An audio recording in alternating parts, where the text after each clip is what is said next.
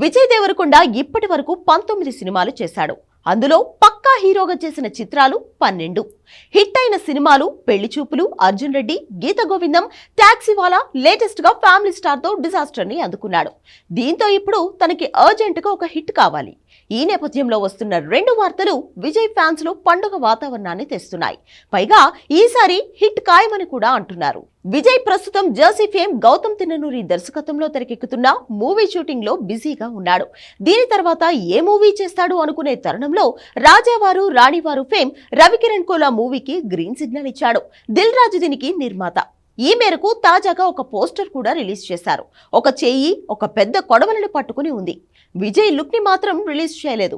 ఆ చెయ్యి విజయ్దే అని అనుకోండి. అలాగే పాన్ ఇండియా లెవెల్లో రిలీజ్ అవుతుందనే సింబాలిక్ గా తెలుగు, హిందీ, తమిళ, మలయాళ, కన్నడ భాషల్లో కత్తి నేనే, నెత్తురు నాదే, యుద్ధం నాతోనే అనే క్యాప్షన్ ని కూడా యాడ్ చేశారు.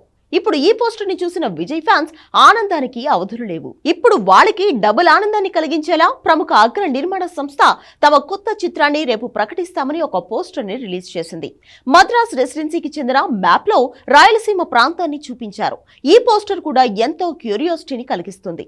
ఇది కూడా విజయ్ దేవరకొండ కొత్త మూవీనే. టాక్సీవాలాని డైరెక్ట్ చేసిన రాహుల్ సంకృత్యాన్ దానికి దర్శకుడు. రాయలసీమ బ్యాక్ డ్రాప్ లో జరిగే పీరియాడికల్ ఫిల్మ్ గా తెరకెక్కుతుందనే వార్తలు వస్తున్నాయి.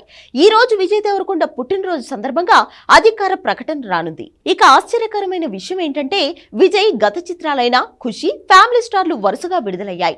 ఒక మూవీని మైత్రి నిర్మించగా ఇంకో దాన్ని దిల్ రాజు నిర్మించారు. ఆ 2 డిజాస్టర్స్ గా నిలిచాయి.